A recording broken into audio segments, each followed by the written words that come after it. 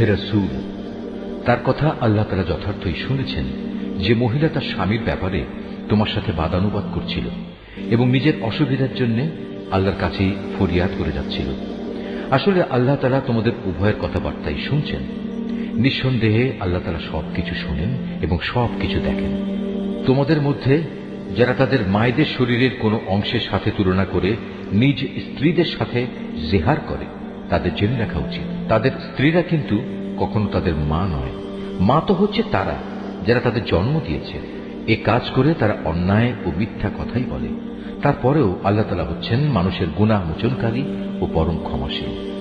যারা এভাবে তাদের স্ত্রীদের সাথে জেহার করে অতঃপর অনুতপ্ত হয়ে যা কিছু বলে ফেলেছে তা থেকে ফিরে আসতে চায়, তাদের জন্য বিধান হচ্ছে তাদের একে অপরকে স্পর্শ করার পূর্বে একটি দাসের মুক্তি দান করতে হবে। এই বিধানের মাধ্যমে আল্লাহ তাআলা তোমাদের করণীয় বলে দিচ্ছেন, কেননা তোমরা যা করো আল্লাহ তাআলা সে সম্পর্কে ভালোভাবেই অবগত রয়েছেন।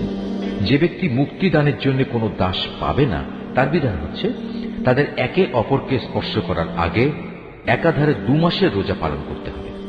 স্বাস্থ্যগত কারণে যে ব্যক্তি রোজা রাখার সামর্থ্য রাখবে না, তার বিধান হচ্ছে 60 জন মিসকিনকে পেট ভরে খাওয়ানো।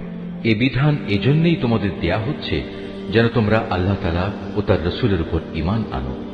মনে রাখবে, জিহারের ব্যাপারে এ হচ্ছে আল্লাহর নির্ধারিত সীমারেখা। যারা এই সীমা অস্বীকার করে তাদের জন্য রয়েছে মর্মন্তুদ শাস্তি।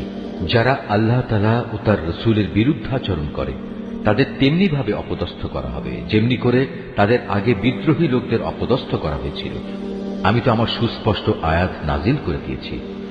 যারা এসব আয়াত অস্বীকার করে তাদের জন্য অবশ্যই অপমানকর শাস্তি থাকবে। যেদিন আল্লাহ তাআলা এদের সবাইকে পুনরায় জীবন দান করবেন, তখন তাদের সবাইকে তিনি বলে দেবেন তারা কি করে এসেছে। আল্লাহ তাআলা সে কর্মকাণ্ডের পুঙ্খানুপুঙ্খ হিসাব রেখেছেন, অথচ তারা নিজেরা সে কথা ভুলে গেছে। সেদিন আল্লাহ তাআলা নিজেই তাদের সব কয়টি কাজের সাক্ষ্য প্রদান করবেন। তুমি কি কখনো এটা অনুধাবন করো না যে আসমান সমূহ ও জমিনে যা কিছু আছে আল্লাহ তাআলা তা সবই জানেন? কখনো এমন হয় না যে 3 ব্যক্তির মধ্যে কোনো গোপন সলা পরামর্শ হয় এবং সেখানে চতুর্থ হিসেবে আল্লাহ তাআলা উপস্থিত থাকেন না, এবং 5 জনের মধ্যে কোনো গোপন পরামর্শ হয় না যেখানে ষষ্ঠ হিসেবে তিনি থাকেন না। এ সলা পরামর্শকারীদের সংখ্যা তার চাইতে কম হোক কিংবা বেশি, তারা যেখানেই থাক না কেন আল্লাহ তাআলা সব সময়ই তাদের সাথে আছেন।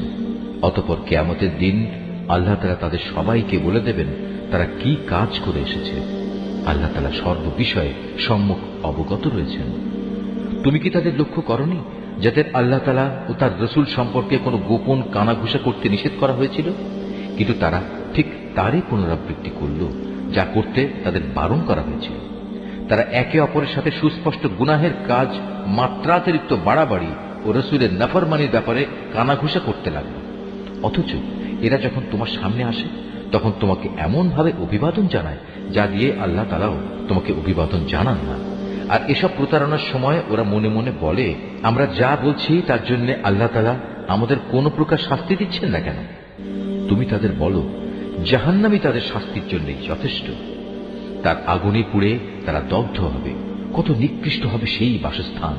হে ঈমানদার ব্যক্তিরা, তোমরা যখন একে অপরের সাথে গোপনে কোনো কথা বলো তখন কখনো কোনো পাপাচার, সীমালঙ্ঘন ও রাসূলের বিরোধিতা সম্পর্কিত কথা বলো না, বরং গোপনে কিছু বলতে গেলে সেখানে একে অপরকে ভালো কাজ ও আল্লাহকে ভয় করার কথাই বলো। সর্বোপরি সে সর্বময় ক্ষমতার মালিক আল্লাহকে ভয় করো, যার সামনে একদিন তোমাদের সবাইকে সমবেত করা হবে। আসলে এদের গোপন সলা পরামর্শ তো হচ্ছে একটা শয়তানি প্ররোচনা, যার একমাত্র উদ্দেশ্য হচ্ছে ঈমানদার লোকদের কষ্ট দেয়া। অথচ এরা জানে না আল্লাহ তাআলার ইচ্ছা ব্যতি রেখে তারা ঈমানদারদের বিন্দু মাত্র কোনো ক্ষতি সাধন করতে পারবে না। তাই ঈমানদারদের উচিত হামেশা আল্লাহর উপরই নির্ভর করা। হে ঈমানদার ব্যক্তিরা, যখন মজলিস সমূহে একটু নড়ে চড়ে জায়গা প্রশস্ত করে দিতে তোমাদের বলা হয় তখন তোমরা জায়গা প্রশস্ত করে দিও।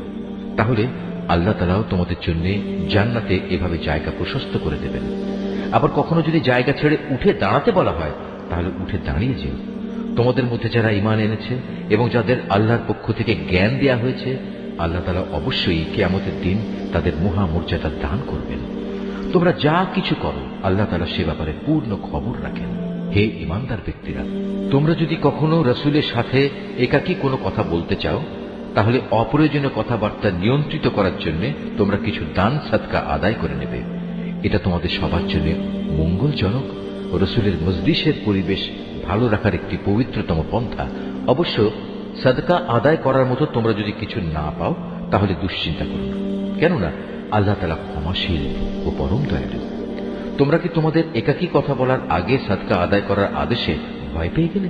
যদি তোমরা তা করতে না পারো এবং আল্লাহ তাআলা স্বীয় করুণা দ্বারা তোমাদের ক্ষমা করে দেন, তবে তোমরা নামাজ প্রতিষ্ঠা করতে থাকো, যাকাত আদায় করতে থাকো এবং সর্বকাজে সর্ববিষয়ে আল্লাহ তাআলা ও তার রাসূলের আনুগত্য করতে থাকো। তোমরা যা করছো আল্লাহ তাআলা অবশ্যই সে সম্পর্কে পূর্ণ ওয়াকিবহাল রয়েছেন। হে নবী, তুমি কি সেই সম্প্রদায়ের অবস্থা কখনো লক্ষ্য করনি যারা এমন জাতির সাথে বন্ধুত্ব পাতায় যাদের উপর আল্লাহ তাআলা অভিশাপ দিয়েছেন? এই সুযোগ সন্ধানী লোকেরা যেমন তোমাদের আপন নয়, তেমনি তারাও ওদের আপন নয়। এরা জেনে শুনে মিথ্যা শপথ করে বেড়ায়। আল্লাহ তাআলা তাদের জন্য জাহান্নামের কঠোর আযাব প্রস্তুত করে রেখেছেন। তারা যে কাজ করেছে তা ছিল জঘন্য অপরাধের কাজ। তারা তাদের মিথ্যা শপথগুলোকে নিজেদের স্বার্থ রক্ষায় ঢাল বানিয়ে নিত, আর এর আড়ালে তারা মানুষদের আল্লাহর পথ থেকে ফিরিয়ে রাখত। অতএব তাদের জন্য রয়েছে এক লাঞ্ছনাদায়ক শাস্তি। আল্লাহ তাআলার শাস্তির কাছ থেকে তাদের বাঁচানোর জন্য সেদিন তাদের ধন সম্পদ, সন্তান সন্ততি কোনোটাই কোনো কাজে আসবে না। তারা তো দোজখেরই বাসিন্দা, সেখানে তারা চিরকাল অবস্থান করবে। যেদিন আল্লাহ তাআলা তাদের সবাইকে পুনরুজ্জীবিত করবেন, আশ্চর্য, সেদিনও তারা তার সামনে এই মিথ্যা শপথ করে দায়িত্ব মুক্তির চেষ্টা করবে, যেমনি করে তারা আজ স্বার্থ সিদ্ধির জন্য তোমাদের সাথে মিথ্যা শপথ করছে। তারা ভাববে দুনিয়ার মতো সেখানেও বুঝি এর মাধ্যমে কিছু উপকার পাওয়া যাবে। হে রাসূল, তুমি এদের থেকে সাবধান থেকো, এরা মিথ্যাচারী। আসলে শয়তান এদের উপর পুরোপুরি প্রভাব বিস্তার করে নিয়েছে। শয়তান এদের আল্লাহর স্মরণ সম্পূর্ণ ভুলিয়ে দিয়েছে। এরা হচ্ছে শয়তানের দল। হে রাসূল, তুমি জেনে দেখো, শয়তানের দলের ধ্বংস অনিবার্য। যারা আল্লাহ তাআলা ও তার রাসূলের বিরুদ্ধাচরণ করে তারা অবশ্যই সেদিন চরম লাঞ্ছিতদের অন্তর্ভুক্ত হবে। আল্লাহ তাআলা তো এই সিদ্ধান্ত জানিয়ে দিয়েছেন যে আমি এবং আমার রাসূল অবশ্যই জয়ী হব। নিঃসন্দেহে আল্লাহ তাআলা শক্তিমান ও পরাক্রমশালী। হে রাসূল, আল্লাহ তাআলা ও তার রাসূলের উপর ঈমান এনেছে এমন কোন সম্প্রদায়কে তুমি কখনো পাবে না যে তারা এমন লোকদের ভালোবাসে যারা আল্লাহ তাআলা ও তার রাসূলের বিরুদ্ধাচরণ করে। যদি সে আল্লাহ বিরোধী লোকেরা তাদের পিতা, ছেলে, ভাই কিংবা নিজেদের জাতি গোত্রের লোকও হয়, তবুও নয়। এই আপোষহীন ব্যক্তিরাই হচ্ছে সেসব লোক যাদের অন্তরে আল্লাহ তাআলা ঈমানের ফয়সালা এঁকে দিয়েছেন এবং নিজস্ব গায়বী মদদ দিয়ে তিনি এই দুনিয়ায় তাদের শক্তি বৃদ্ধি করেছেন। কিয়ামতের দিন তিনি তাদের এমন এক জান্নাতে প্রবেশ করাবেন যার তলদেশ দিয়ে ঝর্ণাধারা প্রবাহিত হবে। তারা সেখানে চিরকাল থাকবে। সর্বোপরি আল্লাহ তাআলা তাদের উপর প্রসন্ন হবেন এবং তারাও সেদিন তার উপর সন্তুষ্ট হবে।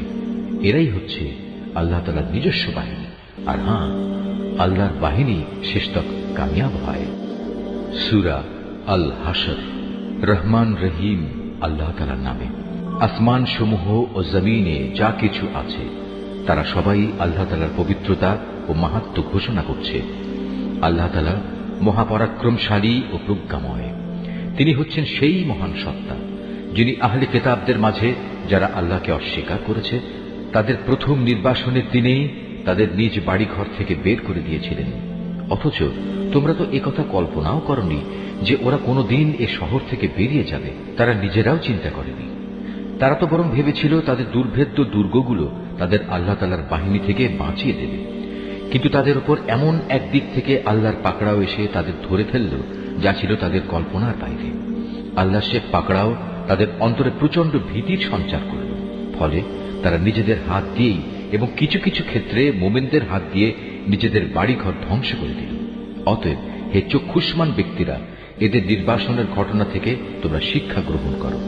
যদি আল্লাহ তাআলা ওদের উপর নির্বাসিত করার সিদ্ধান্ত বসিয়ে না দিতেন, তাহলে আগের জাতিসমূহের মতো তিনি তাদের এই দুনিয়ায় রেখেই কঠোর শাস্তি দিতে পারতেন। অবশ্য তাদের জন্য পরকালে জাহান্নামের আগুন তো প্রস্তুত রয়েছেই। ওটা এজন্যই রাখা হয়েছে যে তারা আল্লাহ তাআলা ও তার রাসূলের সুস্পষ্ট বিরুদ্ধে আচরণ করেছিল। আর যে কেউই আল্লাহর বিরোধিতা করে তার জানা উচিত আল্লাহ তাআলা শাস্তি দানের ব্যাপারে অত্যন্ত কঠোর। এ সময় তোমরা যেসব খেজুর গাছ কেটে ফেলেছ এবং যেগুলো না কেটে তার মূলের উপর দাঁড়িয়ে থাকতে দিয়েছ তা অসঙ্গত ছিল না, বরং তা ছিল সম্পূর্ণ আল্লাহ তাআলার অনুমতিক্রমেই। আর আল্লাহ তাআলা অনুমতি এ কারণেই দিয়েছেন যেন তিনি এ দ্বারা নাফরমানদের অপমানিত করতে পারেন। এই ঘটনার ফলে আল্লাহ তাআলা যেসব ধন সম্পদ তাদের কাছ থেকে নিয়ে তার রাসূলকে দিয়েছেন তা ছিল তারই একান্ত অনুগ্রহ। তোমরা তো এগুলো পাওয়ার জন্য কোনো ঘোড়ায় কিংবা উষ্ট্রে আরোহণ করে যুদ্ধ করনি। আসলে আল্লাহ তাআলা যার উপরই চান তার উপরেই তার রাসূলকে কর্তৃত্ব প্রদান করে থাকেন। আর আল্লাহ তাআলা সর্ববিষয়ের উপরই শক্তিমান। আল্লাহ তাআলা ধন সম্পদের যা কিছু সেই জনপদের মানুষদের কাছ থেকে নিয়ে তার রাসূলকে দিয়েছেন তা হচ্ছে আল্লাহর জন্য, রাসূলের জন্য, রাসূলের আত্মীয় স্বজন, এতিম মিসকিন ও পথচারীদের জন্য। সম্পদ তোমরা এমন ভাবে বন্টন করবে যেন তা কেবল তোমাদের সমাজের বিত্তশালী লোকদের মাঝেই আবর্তিত না হয়, এবং আল্লাহর রাসূল তোমাদের যা কিছু অনুমতি দেয় তা তোমরা গ্রহণ করো, এবং সে যা কিছু নিষেধ করে তা থেকে বিরত থাকো। আল্লাহ তাআলাকেই ভয় করো, অবশ্যই আল্লাহ তাআলা কঠোর শাস্তিদাতা। এ সম্পদ সেসব অভাবগ্রস্ত মুহাজিরদের জন্য যাদের আল্লাহর উপর ঈমানের কারণেই নিজেদের ভিটেমাটি ও সহায় সম্পদ থেকে উচ্ছেদ করে দেওয়া হয়েছে, অথচ এই লোকগুলো আল্লাহর অনুগ্রহ ও তার সন্তুষ্টি হাসিল করতে চায়। আল্লাহ তাআলা ও তার রাসূলের সাহায্য সহযোগিতায় তৎপর থাকে। মূলত এই লোকগুলোই হচ্ছে সত্যাশ্রয়ী। এ সম্পদে তাদেরও অংশ রয়েছে যারা মুহাজিরদের আগমনের আগ থেকেই এ জনপদকে নিজেদের নিবাস বানিয়েছিল, এবং যারা এদের আসার আগেই ঈমান এনেছিল। তারা ওদের অত্যন্ত ভালোবাসে যারা হিজরত করেছে। রাসূলের পক্ষ থেকে তাদের মুহাজির সাথীদের যা কিছু দেয়া হয়েছে সে ব্যাপারে তারা নিজেদের অন্তরে তার কোন রকমের প্রয়োজন অনুভব করে না। শুধু তাই নয়, তারা তাদের মুহাজির সাথীদের প্রয়োজনকে সর্বদাই নিজেদের প্রয়োজনের উপর অগ্রাধিকার দেয়, যদিও তাদের নিজেদেরও অনেক অভাবগ্রস্ততা রয়েছে। আসলে যাদের মানসিক কৃপণতা সংকীর্ণতা থেকে বাঁচিয়ে রাখা হয়েছে তারাই হচ্ছে সফলকাম। সে সম্পদ তাদের জন্য যারা তাদের মুহাজির ও আনসারদের পরে এসেছে। এরা সব সময় বলে, হে আমাদের মালিক, তুমি আমাদের মাফ করে দাও। আমাদের আগে আমাদের যে ভাইয়েরা ঈমান এনেছে তুমি তাদেরও মাফ করে দাও, এবং আমাদের মধ্যে যারা ঈমান এনেছে তাদের ব্যাপারে আমাদের মনে কোনো রকম হিংসা বিদ্বেষ রেখো না। হে আমাদের মালিক, তুমি অনেক মেহেরবান ও পরম দয়ালু। হে রাসূল, তুমি কি সেসব মুনাফিকদের আচরণ লক্ষ্য করনি যারা তাদের কাফের আহলে কিতাব ভাইদের বলে, যদি তোমাদের কখনো এ জনপদ থেকে বের করে দেয়া হয় তবে আমরাও তোমাদের সাথে একাত্মতা দেখিয়ে এখান থেকে বেরিয়ে যাব, এবং তোমাদের স্বার্থের বেলায় আমরা কখনো অন্য কারো আনুগত্য করব না। আর তোমাদের সাথে যদি যুদ্ধ বাঁধিয়ে দেয়া হয় তাহলে আমরা অবশ্যই তোমাদের সাহায্য করব। কিন্তু আল্লাহ তাআলা নিজেই সাক্ষ্য দিচ্ছেন, এরা নিঃসন্দেহে কপট মিথ্যাবাদী। সত্য কথা হচ্ছে, যদি তাদের বের করেই দেয়া হয় তাহলে এরা কখনো তাদের সাথে বের হবে না। আবার যুদ্ধে আক্রান্ত হলে এরা তাদের কোনো প্রকার সাহায্যও করবে না। যদি এরা সাহায্য তাদের করেও তবু নিঃসন্দেহে এরা পৃষ্ঠ প্রদর্শন করবে। অতঃপর এ লোকদের আর কোনো উপায়ই কোনো সাহায্য করা হবে না। আসলে এদের অন্তরে আল্লাহ চাইতে তোমাদের ভয় বেশি বড় হয়ে বসে আছে। এর কারণ হচ্ছে এরা এমন একটি জাতি যারা আসল কথাই বুঝতে পারে না। এরা কখনো ঐক্যবদ্ধ হয়েও তোমাদের সাথে লড়াই করতে আসবে না। যদি করেও তা করবে অবশ্য কোনো সুরক্ষিত জনপদের ভেতরে বসে, অথবা নিরাপদ পাঁচিলের আড়ালে থেকে। আসলে তাদের নিজেদের পারস্পরিক শত্রুতা খুবই মারাত্মক। তুমি তো এদের মনে করো এরা ঐক্যবদ্ধ, কিন্তু মোটেই তা নয়। এদের অন্তর হচ্ছে শতধা বিচ্ছিন্ন, কেননা এরা হচ্ছে নির্বোধ সম্প্রদায়। এদের অবস্থাও সেই আগের লোকদের মতো যারা মাত্র কিছুদিন আগে নিজেদের কৃতকর্মের পরিণাম হিসেবে বিতাড়িত হবার শাস্তি ভোগ করেছে। তাছাড়া পরকালেও এদের জন্য কঠিন আযাব রয়েছে। এদের আরেকটি তুলনা হচ্ছে শয়তানের মতো। শয়তান এসে যখন মানুষদের বলে, প্রথমে আল্লাহকে অস্বীকার করো, অতঃপর সত্যি যখন সে আল্লাহকে অস্বীকার করে তখন মুহূর্তেই সে বোল পাল্টে ফেলে এবং বলে, আমার সাথে তোমার কোনো সম্পর্ক নেই, আমি নিজেও সৃষ্টি লোকের মালিক আল্লাহ তাআলাকে ভয় করি। অতঃপর শয়তান ও তার অনুসারী এই দুজনের পরিণাম হবে জাহান্নাম। সেখানে তারা চিরদিন থাকবে। আর এটাই হচ্ছে জালেমদের শাস্তি। হে মানুষ, তোমরা যারা ঈমান এনেছ, আল্লাহ তাআলাকে ভয় করো। তোমাদের প্রত্যেকেরই উচিত ভালো করে লক্ষ্য করা যে আগামীকাল আল্লাহর সামনে পেশ করার জন্য সে কি আমলনামা পেশ করতে যাচ্ছে। তোমরা আল্লাহকে ভয় করতে থাকো। অবশ্যই তোমরা যা কিছু করছো আল্লাহ তাআলা তার পূর্ণাঙ্গ খবর রাখেন। তোমরা তাদের মতো হয়ো না যারা দুনিয়ার ফাঁদে পড়ে আল্লাহকে ভুলে গেছে এবং এর ফলে আল্লাহ তাআলাও তাদের নিজ নিজ অবস্থা ভুলিয়ে দিয়েছেন। আসলে এরা হচ্ছে আল্লাহর নাফরমান। জাহান্নামের অধিবাসী ও জান্নাতের অধিবাসীরা কখনো এক হতে পারে না। জান্নাতবাসীরা অবশ্যই সফল কাম। আমি যদি এ কোরআন কোনো পাহাড়ের উপর নাজিল করতাম, তাহলে তুমি অবশ্যই তাকে দেখতে কিভাবে তা বিনীত হয়ে আল্লাহর ভয়ে বিদীর্ণ হয়ে পড়ে। আমি এসব উদাহরণ মানুষের জন্য এ কারণেই বর্ণনা করছি যেন তারা কোরআনের মর্যাদা সম্পর্কে চিন্তা ভাবনা করতে পারে। তিনি আল্লাহ তাআলা, তিনি ছাড়া কোনো মাবুদ নেই। দেখা অদেখা সব কিছুই তাঁর জানা। তিনি দয়াময়, তিনি করুণাময়। তিনি আল্লাহ তাআলা, তিনি ছাড়া কোনো মাবুদ নেই। তিনি রাজাধিরাজ, তিনি পূত পবিত্র, তিনি শান্তিদাতা, তিনি বিধায়ক, তিনি রক্ষক, তিনি পরাক্রমশালী, তিনি প্রবল, তিনি মহাত্মের একক অধিকারী। তারা যেসব ব্যাপারে আল্লাহর সাথে শিরক করছে, আল্লাহ তাআলা সে সব কিছু থেকে অনেক পবিত্র। তিনি আল্লাহ তাআলা, তিনি সৃষ্টিকর্তা, তিনি সৃষ্টির উদ্ভাবক, সব কিছুর রূপকার তিনি। তার জন্যই নিবেদিত সকল উত্তম নাম। আকাশমণ্ডলী ও পৃথিবীতে যেখানে যা কিছু আছে তার সবকিছু তাঁরই পবিত্রতা ও মহিমা ঘোষণা করছে। তিনি পরাক্রমশালী, তিনি প্রবল প্রজ্ঞাময়। সূরা আল মুমতাহানা। রহমান রহিম আল্লাহ তাআলার নামে। হে ঈমানদার ব্যক্তিরা, তোমরা কখনো আমার ও তোমাদের দুশমনদের নিজেদের বন্ধু হিসেবে গ্রহণ করো না। এটা কেমন কথা? তোমরা তাদের প্রতি বন্ধুত্ব দেখাচ্ছ, অথচ তোমাদের কাছে যে সত্য দিন এসেছে তারা তা অস্বীকার করছে। তারা আল্লাহর রসুল এবং তোমাদের জন্মভূমি থেকে বের করে দিচ্ছে শুধু এই কারণে তোমরা তোমাদের মালিক আল্লাহর উপর ঈমান এনেছ। যদি তোমরা সত্যি আমার পথে জিহাদ ও আমার সন্তুষ্টি অর্জনের লক্ষ্যে ঘরবাড়ি থেকে বেরিয়ে থাকো, তাহলে কিভাবে তোমরা চুপে চুপে তাদের সাথে আবার বন্ধুত্ব পাতাতে পারো? তোমরা যে কাজ গোপনে করো আর যে কাজ প্রকাশ্যে করো, আমি তার সম্মুখ অবগত আছি। তোমাদের মধ্যে যদি কেউ দুশমনদের সাথে গোপনে বন্ধুত্ব করার এ কাজটি করে, তাহলে বুঝতে হবে সে দিনের সরল পথ থেকে বিচ্যুত হয়ে গেছে। অথচ এরা যদি তোমাদের কাবু করতে পারে, তাহলে এরা তোমাদের শত্রুতে পরিণত হবে। শুধু তাই নয়, এরা নিজেদের হাত ও কথা দিয়ে তোমাদের অনিষ্ট সাধন করবে। আসলে এরা এটাই চায় যে তোমরাও তাদের মতো কাফের হয়ে যাও। কিয়ামতের দিন তোমাদের আত্মীয় স্বজন ও সন্তান সন্ততি তোমাদের কোনোই উপকারে আসবে না। সেদিন আল্লাহ তাআলা তোমাদের মাঝে বিচার ফয়সালা করে দেবেন। তোমরা যা করো আল্লাহ তাআলা তার সব কিছুই দেখেন। তোমাদের জন্য ইব্রাহিম ও তার অনুসারীদের ঘটনার মাঝে রয়েছে অনুকরণযোগ্য আদর্শ। যখন তারা তাদের জাতিকে বলেছিল, তোমাদের সাথে এবং তোমরা যাদের আল্লাহর বদলে উপাসনা করো তাদের সাথে আমাদের কোনোই সম্পর্ক নেই। আমরা তোমাদের এসব দেবতাদের অস্বীকার করি। আমাদের ও তোমাদের মাঝে এখন থেকে চিরদিনের জন্য এক শত্রুতা ও বিদ্বেষ শুরু হয়ে গেল, যতদিন তোমরা আল্লাহ তাআলাকে মাবুদ বলে স্বীকার না করবে। কিন্তু এ ব্যাপারে ইব্রাহিমের পিতার উদ্দেশ্যে বলা এই কথাটি ব্যতিক্রম। যখন সে বলেছিল, আমি তোমার জন্য আল্লাহর দরবারে অবশ্যই ক্ষমা প্রার্থনা করব। অবশ্য আল্লাহর কাছ থেকে ক্ষমা আদায় করার আমার কোনোই এখতিয়ার নেই। ইব্রাহিম ও তার অনুসারীরা বলল, হে আমাদের মালিক, আমরা তো কেবল তোমার উপর ভরসা করেছি এবং আমরা তোমার দিকেই ফিরে এসেছি এবং আমাদের তো তোমার দিকেই ফিরে যেতে হবে।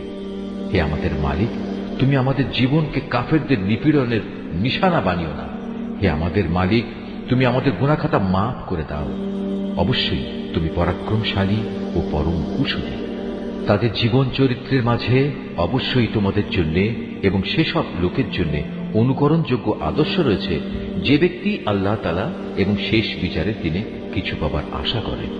আর যদি কেউ আল্লাহ তাআলা থেকে মুখ ফিরিয়ে নেয়, সে যেন জেনে রাখে আল্লাহ তাআলা কারো মুখাপেক্ষী নন এবং তিনি সকল প্রশংসার মালিক।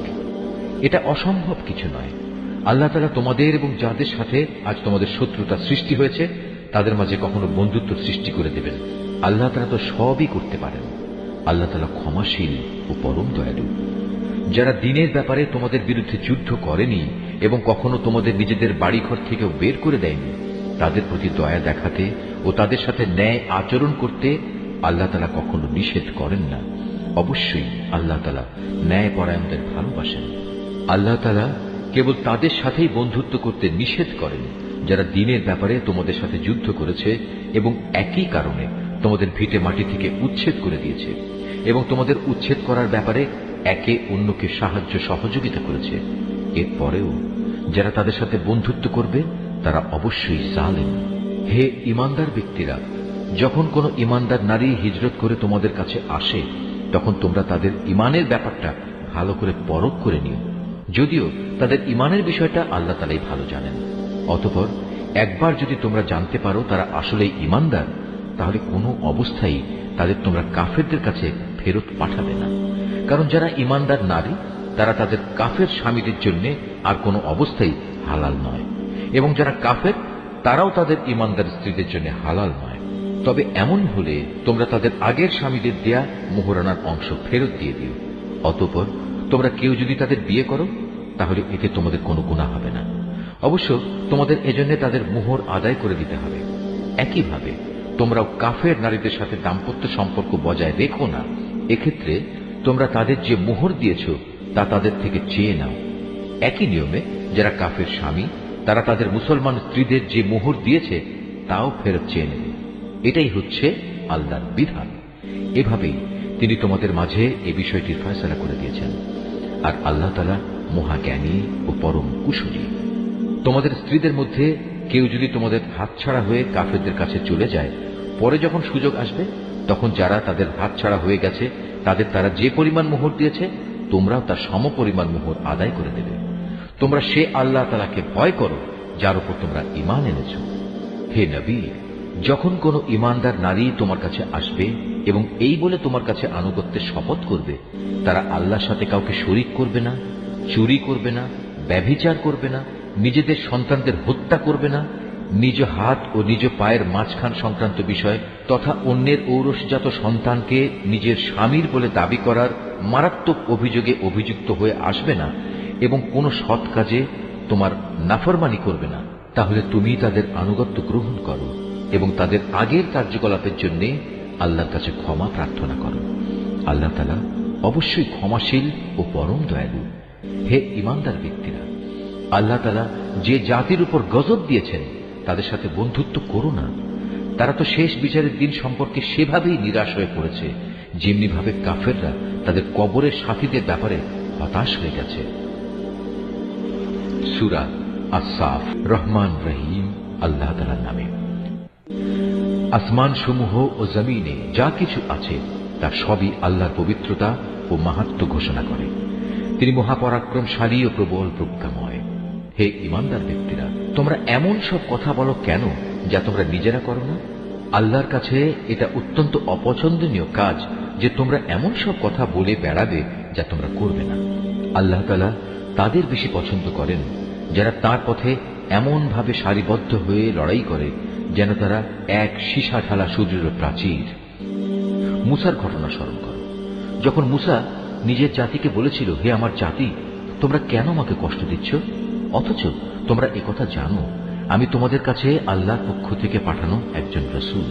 অতঃপর লোকেরা যখন বাঁকা পথে চলতে আরম্ভ করল তখন আল্লাহ তাআলাও তাদের মন বাঁকা করে দিলেন। আল্লাহ তাআলা কখনো নাফরমান লোকদের সঠিক পথের দিশা দেন না। স্মরণ করো ঈসার কথা। যখন মারিয়াম পুত্র ঈসা তাদের বলল, হে বনী ইসরায়েলের লোকেরা, আমি তোমাদের কাছে পাঠানো আল্লাহর এক রাসূল। আমার আগের তাওরাত কিতাবে যা কিছু আছে আমি তার সত্যতা স্বীকার করি এবং তোমাদের জন্য আমি হচ্ছি একজন সুসংবাদদাতা। তার একটি সুসংবাদ হচ্ছে, আমার পর এক রাসূল আসবে, তার নাম আহমদ।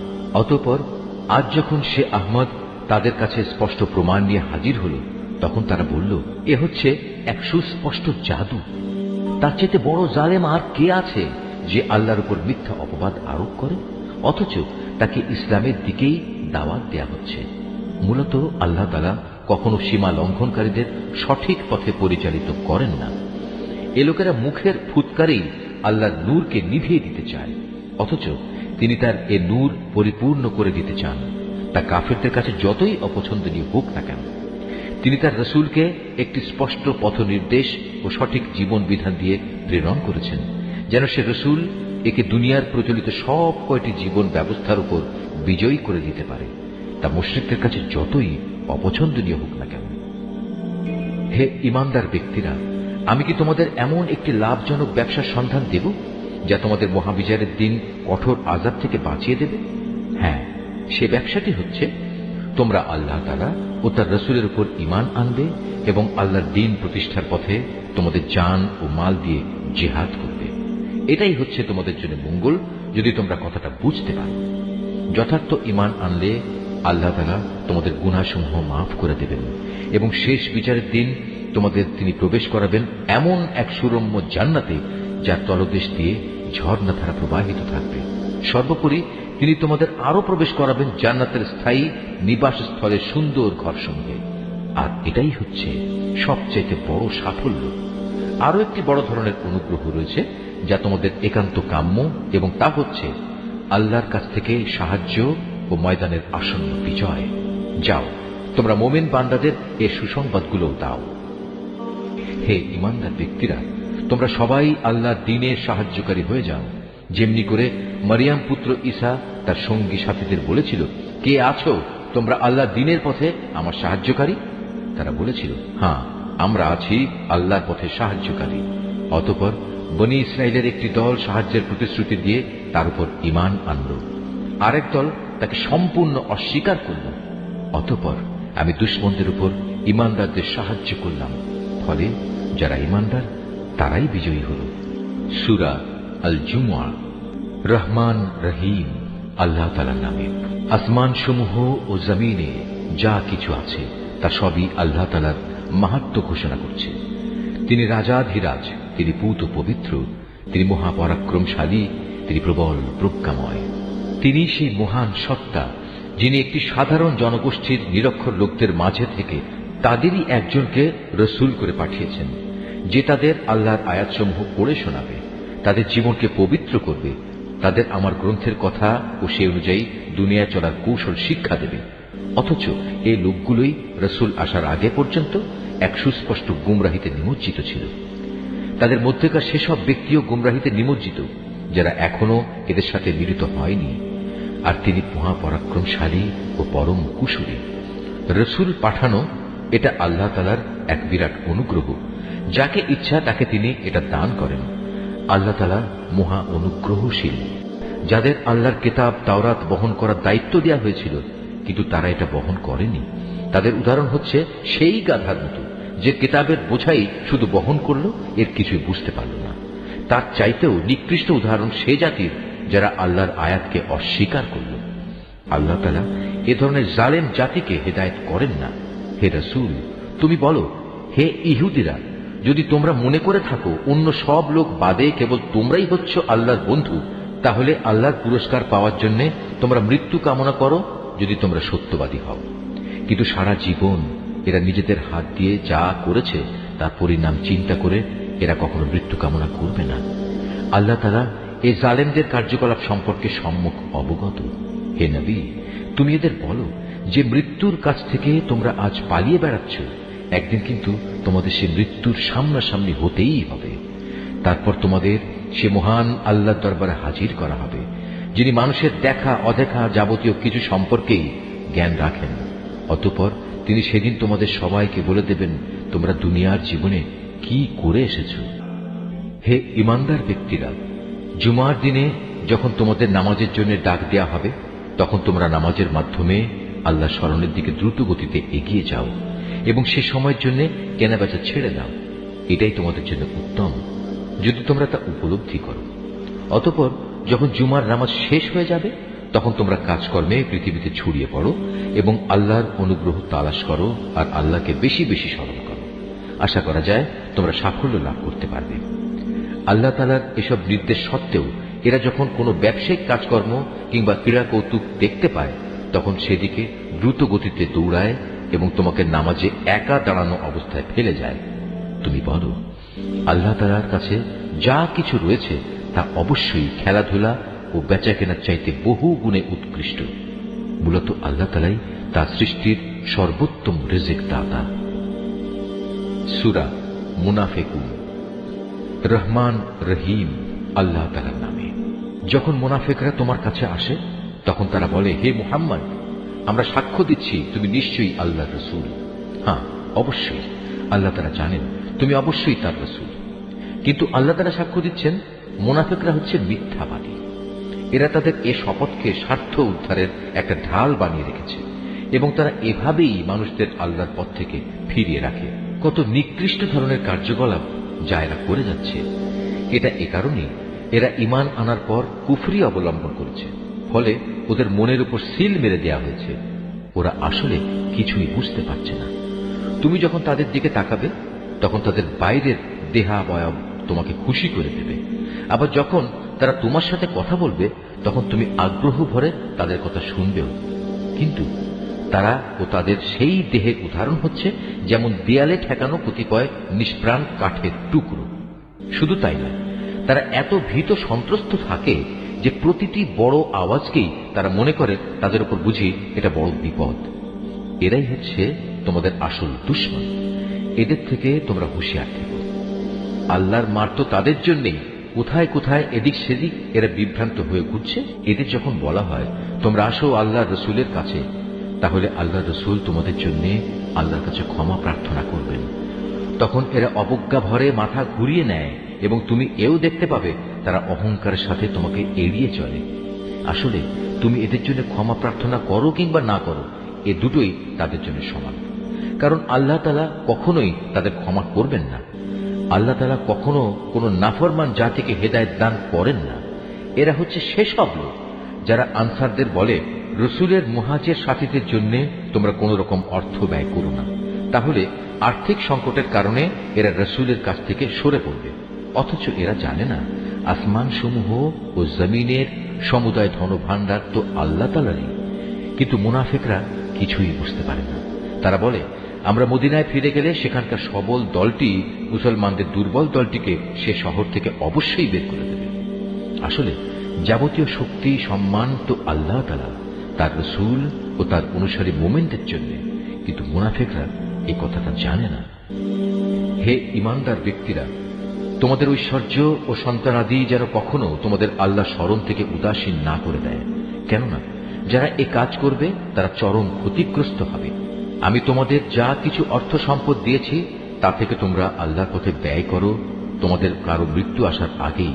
কেননা সামনে মৃত্যু এসে দাঁড়ালে সে বলবে, হে আমার মালিক, তুমি যদি আমাকে আরো কিছু কালের অবকাশ দিতে তাহলে আমি তোমার পথে দান করতাম এবং এভাবেই আমি তোমার নেক বান্দাদের দলে সামিল হয়ে যেতাম।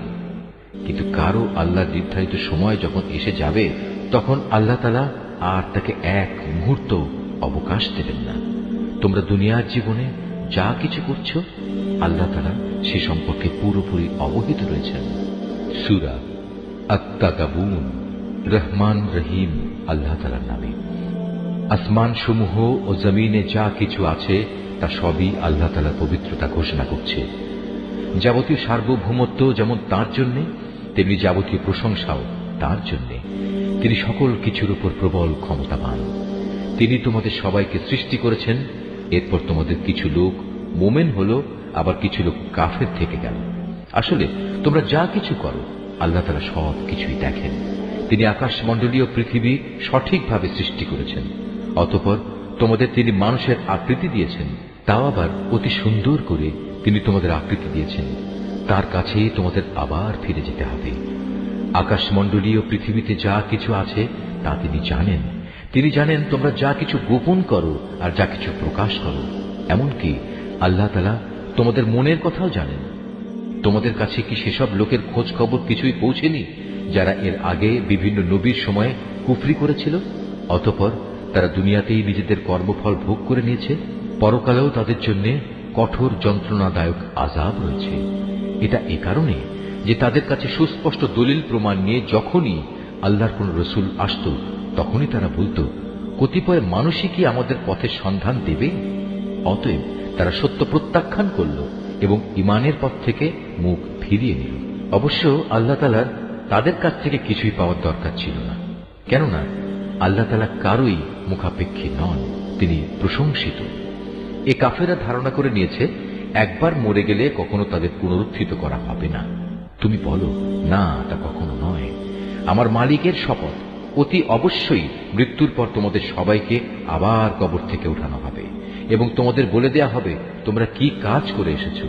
আর আল্লাহ তাআলার পক্ষে এটা অত্যন্ত সহজ কাজ। অতএব তোমরা আল্লাহ তাআলা, তার রসূল এবং আমি যে আলো তোমাদের দিয়েছি তার বাহন কোরআনের উপর ঈমান আনো। তোমরা এখানে যা কিছুই করো না কেন আল্লাহ তাআলা তা ভালো করেই জানেন। যেদিন তোমাদের আগে পরে সমস্ত মানুষ ও জিনকে একত্র করা হবে সে মহাসমাবেশের দিনটির জন্য, যেদিন বলা হবে, হে মানুষ ও জিন, আজকের দিনটি হচ্ছে তোমাদের আসল লাভ লোকসানের দিন। লাভের দিন তার জন্য যে ব্যক্তি আল্লাহর উপর ঈমান এনেছে এবং নেক কাজ করেছে।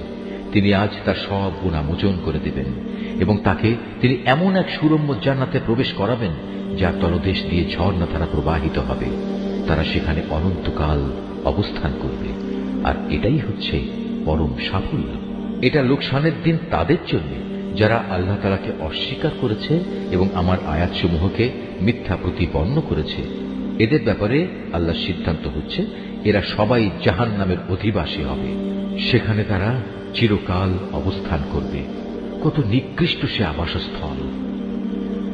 আল্লাহ তাআলার অনুমতি ব্যতীত কোনো বিপদই আসে না। যে ব্যক্তি আল্লাহ তাআলার উপর বিশ্বাস স্থাপন করে আল্লাহ তাআলা তার অন্তরকে সুপথে পরিচালিত করেন।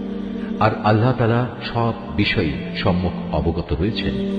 তোমরা আল্লাহর আনুগত্য করো তার রসুলের। তোমরা যদি মুখ ফিরিয়ে নাও তাহলে জেনে রেখো আমার রসুলের দায়িত্ব হচ্ছে কথাগুলো সুস্পষ্টভাবে পৌঁছে দেয়া। আল্লাহ তাআলা মহান সত্তা, তিনি ছাড়া কোনোই মাবুদ নেই। অতএব প্রতিটি ঈমানদার বান্দার উচিত সর্ববিষয়ে তার উপরই নির্ভর করা।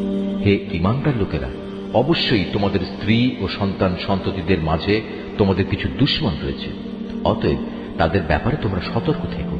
অবশ্য তোমরা যদি তাদের অপরাধ ক্ষমা করে দাও, তাদের দোষ ত্রুটি উপেক্ষা করো এবং তাদের মাফ করার নীতি অবলম্বন করো, তবে আল্লাহ তাআলা পরম ক্ষমাশীল ও দয়ালু। তোমাদের ধন সম্পদ ও সন্তান সন্ততি হচ্ছে তোমাদের জন্য একটি পরীক্ষা মাত্র। আর এই পরীক্ষায় কামিয়াব হতে পারলে অবশ্যই আল্লাহ তাআলার কাছে মহা পুরস্কার রয়েছে। অতএব তোমরা সাধ্য মোতাবেক আল্লাহ তাআলাকে ভয় করো। তোমরা রাসূলের আদেশ শোনো এবং তার কথা মতো চলো। আল্লাহ দেয়া ধন সম্পদ থেকে তারই উদ্দেশ্যে খরচ করো। এতে তোমাদের নিজেদের জন্যই কল্যাণ রয়েছে। যে ব্যক্তিকে তার মনের লোভ লালসা থেকে রেহাই দেয়া হয়েছে সে এবং তার মতো লোকেরাই সত্যিকার অর্থে সফল কাম। যদি তোমরা আল্লাহ তাআলাকে ঋণ দাও, উত্তম ঋণ, তাহলে কিয়ামতের দিন তিনি তা বহুগুণ বাড়িয়ে দেবেন এবং তিনি তোমাদের গুনাহ খাতা মাফ করে দেবেন। আল্লাহ তাআলা বড়ই গুণগ্রাহী এবং পরম ধৈর্যশীল। দেখা অদেখা সবকিছুই তিনি জানেন। তিনি পরাক্রমশালী, প্রজ্ঞাময়। সূরা আত-তালাক। রহমান রহিম আল্লাহ তাআলার নামে।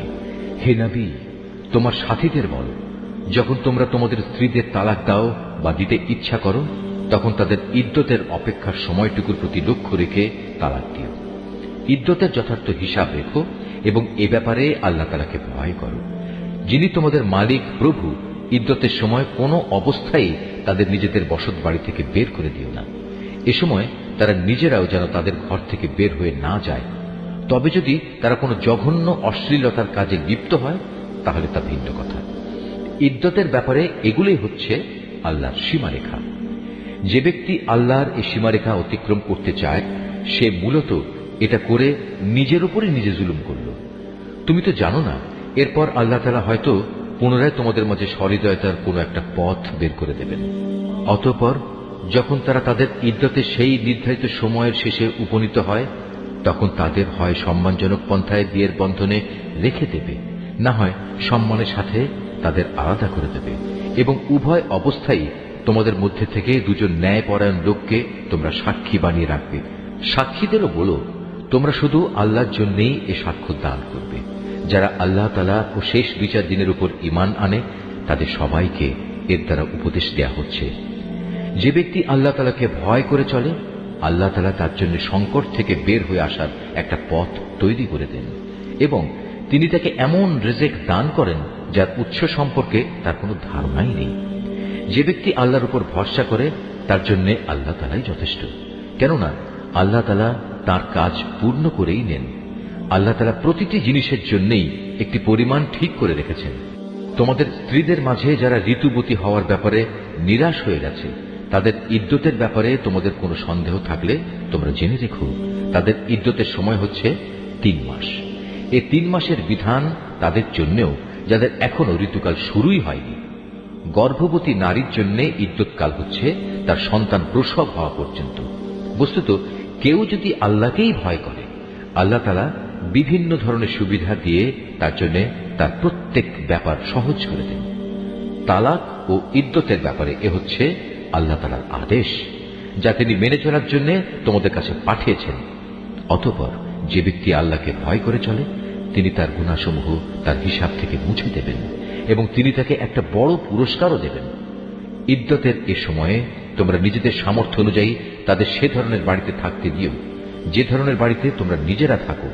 কোনো অবস্থায় তাদের উপর সংকট সৃষ্টি করার মতলবে তাদের কষ্ট দিও না। আর যদি তারা সন্তান সম্ভবা হয়, তাহলে ইদ্যতের নিয়ম অনুযায়ী তারা সন্তান প্রসব না করা পর্যন্ত তাদের খোরপোশ দিতে থাকো। সন্তান জন্মদানের পর যদি তারা তোমাদের সন্তানদের নিজেদের বুকের দুধ খাওয়ায়, তাহলে তোমরা তাদের পারিশ্রমিক আদায় করে দেবে এবং এ পারিশ্রমিকের অঙ্ক ও সন্তানের কল্যাণের ব্যাপারটা ভালোভাবে নিজেদের মধ্যে ন্যায়সঙ্গত পন্থায় সমাধান করে নেবে। যদি তোমরা একে অন্যের সাথে জেদ করো, তাহলে অন্য কোনো মহিলা এ সন্তানকে দুধ খাওয়াবে। বিত্তশালী ব্যক্তি তার সঙ্গতি অনুযায়ী স্ত্রীদের খোরপোশ দেবে। আবার যে ব্যক্তির অর্থনৈতিক সঙ্গতি সীমিত করে রাখা হয়েছে, সে ব্যক্তি ততটুকু পরিমাণই খোরপোশ দেবে যতটুকু আল্লাহ তাআলা তাকে দান করেছেন। আল্লাহ তাআলা যাকে যে পরিমাণ সামর্থ্য দান করেছেন, তার বাইরে কখনো কোনো বোঝা তার উপর তিনি চাপান না। আল্লাহর উপর নির্ভর করলে আল্লাহ তাআলা তাকে অচিরেই অভাব অনটনের পর সচ্ছলতা দান করতে পারেন। কত জনপদের মানুষেরাই তো নিজেদের মালিক ও তার রাসূলের নির্দেশের বিরুদ্ধে বিদ্রোহ করেছিল। অতঃপর আমি তাদের কাছ থেকে সেজন্য কঠোর হিসাব আদায় করে নিয়েছি এবং আমি ওদের কঠোর শাস্তি দিয়েছি। এরপর তারা ভালো করে তাদের কৃতকর্মের শাস্তি ভোগ করল। মূলত তাদের পরিণাম ফল ছিল চরম ক্ষতি। আল্লাহ তাআলা পরকালে তাদের জন্য এক কঠিন আযাব প্রস্তুত করে রেখেছেন। অতএব হে মানুষ, যারা জ্ঞান সম্পন্ন, যারা আল্লাহ তাআলার উপর ঈমান এনেছ, তোমরা আল্লাহকে ভয় করো। আল্লাহ তাআলা তোমাদের কাছে তাঁর উপদেশ বাণী পাঠিয়েছেন। তিনি আরো পাঠিয়েছেন তার রাসূল, যে তোমাদের আল্লাহর সুস্পষ্ট আয়াতসমূহ পড়ে শোনায়, যাতে করে সে রাসূল তোমাদের সেসব লোকদের যারা ঈমান এনেছে এবং ভালো কাজ করেছে, তাদের জাহেলিয়াতের অন্ধকার থেকে হেদায়েতের আলোতে নিয়ে আসতে পারে। তোমাদের যে কেউই আল্লাহর উপর ঈমান আনে এবং ভালো কাজ করে, আল্লাহ তাআলা তাকেই জান্নাতে প্রবেশ করাবেন, এমন এক জান্নাতে যার তলদেশ দিয়ে ঝর্ণাধারা প্রবাহিত হবে। সেখানে তারা অনন্তকাল ধরে অবস্থান করবে। এমন লোকের জন্য অবশ্যই আল্লাহ তাআলা উত্তম রিজিকের ব্যবস্থা করে রেখেছেন। আল্লাহ তাআলা যিনি এ 7 আসমান ও তাদের অনুরূপ সংখ্যক জমিন সৃষ্টি করেছেন, আবার উভয়ের মাঝখানে যা কিছু আছে তাদের জন্য তার নির্দেশ জারি হয়, যাতে করে তোমরা একথা অনুধাবন করতে পারো, আকাশ পাতালের সকল কিছুর উপর তিনি একক ক্ষমতাবান এবং তার জ্ঞান এ সৃষ্টিলোকের প্রতিটি বস্তুই পরিবেষ্টন করে রেখেছে। সূরা আত-তাহরীম, রহমান রহিম আল্লাহ তাআলার নামে। হে নবী, আল্লাহ তাআলা তোমার জন্য যা হালাল করেছেন তা তুমি কসম করে নিজের উপর কেন হারাম করছো? তুমি কি এর মাধ্যমে তোমার স্ত্রীদের খুশি করতে চাও? তেমন কিছু হলে আল্লাহর কাছে ক্ষমা প্রার্থনা করো, কারণ আল্লাহ তাআলা ক্ষমার আধার ও পরম দয়ালু। আল্লাহ তাআলা তো তোমাদের শপথ থেকে রেহাই পাওয়ার জন্য কাফফারার একটা পথ নির্ধারণ করে দিয়েছেন। মূলত আল্লাহ তাআলাই হচ্ছেন তোমাদের একমাত্র সহায়। তিনি সর্বজ্ঞ, তিনি প্রজ্ঞাময়। যখন আল্লাহ নবী তার স্ত্রীদের একজনকে একান্ত চুপিসারে কিছু একটা কথা বলল এবং সে তা অন্যের কাছে প্রকাশ করে দিল, আল্লাহ তাআলা তার এই বিষয়টা নবীকে ওহীর মাধ্যমে জানিয়ে দিলেন। তখন রাসূল কিছু কথা গোপনীয়তা প্রকাশকারী স্ত্রীকে জানিয়ে দিল, আবার কিছু কথা এড়িয়েও গেল। সুতরাং নবী যখন তার সে স্ত্রীর কাছ থেকে সমগ্র বিষয়টা জানতে চাইল, তখন সে বলল, আপনাকে এই খবরটা কে জানালো? নবী বলল, আমাকে জানিয়েছেন সেই মহান আল্লাহ তাআলা, যিনি সর্বজ্ঞ ও সম্যক জ্ঞাত। যে দুজন স্ত্রী এর সাথে জড়িত, নবী তাদের উভয়কে ডেকে বলল, তোমরা দুজন যদি আল্লাহর কাছে তওবা করে নাও, কেননা তোমাদের উভয়ের মন অন্যায় ও বাঁকা পথের দিকে কিছুটা ঝুঁকে পড়েছিল, তাহলে অবশ্যই আল্লাহ তাআলা তোমাদের ক্ষমা করে দেবেন। আর যদি তোমরা উভয়ে তার বিরুদ্ধে একে অপরের পৃষ্ঠপোষকতা করো, তাহলে জেনে রাখো আল্লাহ তাআলাই তার নবীর সহায়। তাছাড়াও তার সাথে রয়েছে জিব্রাইল ফেরেশতা ও নেককার মুসলমানদের দল। এরপরেও আল্লাহ সমগ্র ফেরেশতাকুল তার সাহায্য করতে এগিয়ে আসবে। আজ নবী যদি তোমাদের তালাক দিয়ে দেয়, তাহলে তার মালিক তোমাদের বদলে এমন সব স্ত্রী তাকে দিতে পারেন যারা তোমাদের চাইতে হবে উত্তম, যারা হবে আত্মসমর্পণকারী, বিশ্বস্ত, ফরমাবরদার, অনুশোচনাকারী, অনুগত, রোজাদার। হতে পারে তারা কুমারী, হতে পারে অকুমারী। হে ঈমানদার লোকেরা, তোমরা নিজেদের ও নিজেদের পরিবার পরিজনদের জাহান্নামের সেই কঠিন আগুন থেকে বাঁচাও, যার জ্বালানি হবে মানুষ আর পাথর। সে জাহান্নামের প্রহরা যাদের উপর অর্পিত, সেসব ফেরেশতা সবাই হচ্ছে নির্মম ও কঠোর। তারা দণ্ডাদেশ জারি করার ব্যাপারে আল্লাহর কোনো আদেশই অমান্য করবে না। তারা তাই করবে যা তাদের করার জন্য আদেশ করা হবে। সেদিন অস্বীকারীদের তারা বলবে, হে কাফেররা, আজ তোমরা দোষ ছাড়ানোর জন্য কোন রকম অজুহাত তালাশ করো না। আজ তোমাদের সেই বিনিময়ই দেয়া হবে যা তোমরা দুনিয়ায় করে এসেছ। হে ঈমানদার ব্যক্তিরা, তোমরা নিজেদের গুনাহ খাতার জন্য আল্লাহর দরবারে তওবা করো, একান্ত খাঁটি তওবা।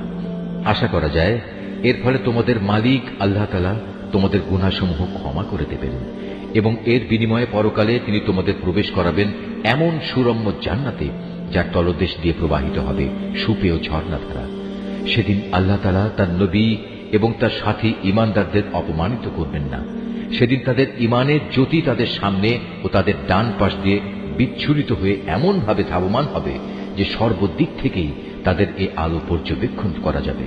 তারা বলবে, হে আমাদের মালিক, আমাদের জন্য আমাদের ঈমানের জ্যোতিকে জান্নাতের জ্যোতি দিয়ে তুমি পূর্ণ করে দাও।